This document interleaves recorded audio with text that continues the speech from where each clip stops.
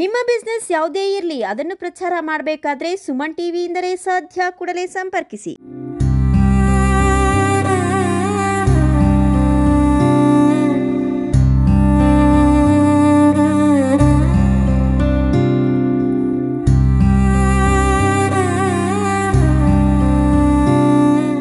ಕುಡಿತದ ಚಟಕ್ಕೆ ಬಿದ್ದ ಗಂಡ ಹಣದ ವಿಚಾರಕ್ಕೆ ಸಪ್ತಪದಿ ತುಳಿದು ಉಸಿರಿರೋ ತನಕ ಕಾಪಾಡ್ತೀನಿ ಅಂತ ಪ್ರಮಾಣ ಮಾಡಿದ್ದ ಈತ ಉಸಿರನ್ನೇ ನಿಲ್ಲಿಸಿದ್ದಾನೆ. ಈ ಘಟನೆ ನೆರೆಯ ಆಂಧ್ರಪ್ರದೇಶದ ಚೀಲಮತ್ತೂರು ಗ್ರಾಮದಲ್ಲಿ ನಡೆದಿದೆ.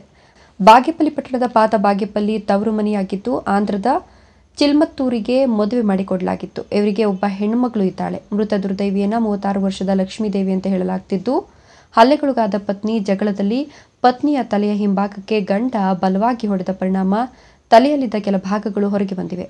ಕೃತ್ಯ ಎಸಗಿದ ಗಂಡ ರಾಘವೇಂದ್ರ ವಿರುದ್ಧ ಚೀಲಮತ್ತೂರು ಪೊಲೀಸ್ ಠಾಣೆಯಲ್ಲಿ ದೂರು ಕೂಡ ದಾಖಲಾಗಿದೆ. ನೆರೆಯ ಆಂಧ್ರಪ್ರದೇಶದ ಹಿಂದೂಪುರ ತಾಲೂಕಿನ ಚೀಲಮತ್ತೂರು ಗ್ರಾಮದ 4ನೇ ವಾರ್ಡಿನ ಎಸ್ಸಿ ಕಾಲೋನಿಯಲ್ಲಿ ವಾಸಿಸುತ್ತಿದ್ದ ದಂಪತಿ ಇವರಾಗಿದ್ದು, ಪತಿ ಕುಡಿತದ ಚಟಕ್ಕೆ ದಾಸನಾಗಿದ್ದ.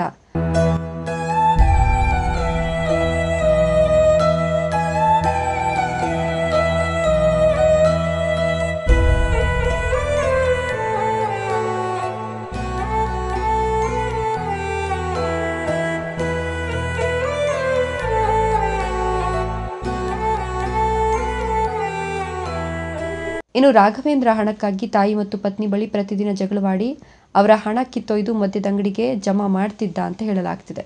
ಎಂದಿನಂತೆ ನಿನ್ನೆ ರಾತ್ರಿ ಮನೆಗೆ ಬಂದ ಪತಿ ರಾಘವೇಂದ್ರ ಪತ್ನಿ ಲಕ್ಷ್ಮೀದೇವಿ ಬಳಿ ಹಣ ನೀಡುವಂತೆ ಗಲಾಟೆ ಮಾಡಿದ್ದಾನೆ. ನನ್ನ ಬಳಿ ಹಣ ಇಲ್ಲ ಅಂದಿದ್ದಕ್ಕೆ ಪತ್ನಿ ಜೊತೆ ಜಗಳ ಮಾಡಿ ಮನೆಯಲ್ಲಿದ್ದ ಪಡಿತರ ಚೀಟಿ, ಅಕ್ಕಿ ಮೂಟೆ ಕೈಯಲ್ಲಿ ಹಿಡಿದು ನಾನು ಅಕ್ಕಿ ಮಾರಾಟ ಮಾಡ್ತೇನೆ ಎಂದಿದ್ದಂತೆ. ಆದರೆ ಅಕ್ಕಿ ಮಾರಾಟ ಮಾಡಬಾರದು, ಮಕ್ಕಳಿಗೆ ಅಡುಗೆ ಮಾಡಲು ಇರೋದು ಅದೊಂದೇ ಅಂತ ಗಂಡನ ಬಳಿ ಜಗಳವಾಡಿ ಪತ್ನಿಯ ನಿರಾಕರಣೆಗೆ ಮಾತಿಗೆ ಮಾತು ಬೆಳೆದು ಗಲಾಟೆ ವಿಕೋಪಕ್ಕೆ ಹೋಗಿದ್ದು, ಮದ್ಯಪಾನದ ಮತ್ತಿನಲ್ಲಿದ್ದ ಪತಿ ರಾಘವೇಂದ್ರ ಕೋಪಿತಗೊಂಡು ಮನೆಯಲ್ಲಿದ್ದ ಕೊಡಲಿ ತೆಗೆದು ಪತ್ನಿ ಲಕ್ಷ್ಮೀದೇವಿಯ ತಲೆಯ ಹಿಂಭಾಗಕ್ಕೆ ಹೊಡೆದಿದ್ದಾನೆ. ಕುಡಿಯಲು ಹಣ ಬೇಕೆಂಬ ವಿಚಾರಕ್ಕೆ ಸಂಬಂಧಪಟ್ಟಂತೆ ಇಬ್ಬರು ಗಲಾಟೆ ಮಾಡಿಕೊಂಡಿರೋದ್ರಿಂದ ಪತ್ನಿ ಲಕ್ಷ್ಮೀದೇವಿಯ ತಲೆಗೆ ತೀವ್ರವಾಗಿ ಪೆಟ್ಟಾದ ಕಾರಣ ಲಕ್ಷ್ಮೀದೇವಿ ಮೃತಪಟ್ಟಿದ್ದಾರೆ ಅಂತ ಪ್ರಾಥಮಿಕ ತನಿಖೆಯಿಂದ ತಿಳಿದು ಬಂದಿದ್ದು, ಮದ್ಯಪಾನ ಮಾಡಲು ಹಣ ನೀಡಿದ ಪತ್ನಿ ಲಕ್ಷ್ಮೀದೇವಿಯನ್ನ ಕೊಲೆ ಮಾಡಿದ ಆರೋಪಿ ಪತಿ ರಾಘವೇಂದ್ರನನ್ನ ವಶಕ್ಕೆ ಪಡೆದ ನೆರೆಯ ಆಂಧ್ರಪ್ರದೇಶದ చీలమత్తూరు పోలీసులు ಪ್ರಕರಣ ದಾಖಲಿಸಿಕೊಂಡು ತನಿಖೆ ಮುಂದುವರಿಸಿದ್ದಾರೆ. పేరు లక్ష్మీదేవి, మాది చిలుమతూరు సార్. ఈ నెలతో నుంచి సార్ చాలా గొలాట్లు అయితేనే ఉన్నాయి సార్. సంవత్సరంతో వచ్చి అమ్మని హింసించినాడు సార్, నన్ను కూడా అట్లనే హింసించినాడు సార్. నెల నుంచి సార్ అమ్మకి నన్ను కూడా ఎట్లా జిక్తే అట్లా తిట్టినాడు సార్. సార్ మామూలుగా అంటే గొడవలు ఏం చాలా లేవు సార్. మామూలు తాగడము వచ్చడము అవి అట్లా ఇట్లా అని చెప్పి తిట్టినాడు అంతే సార్.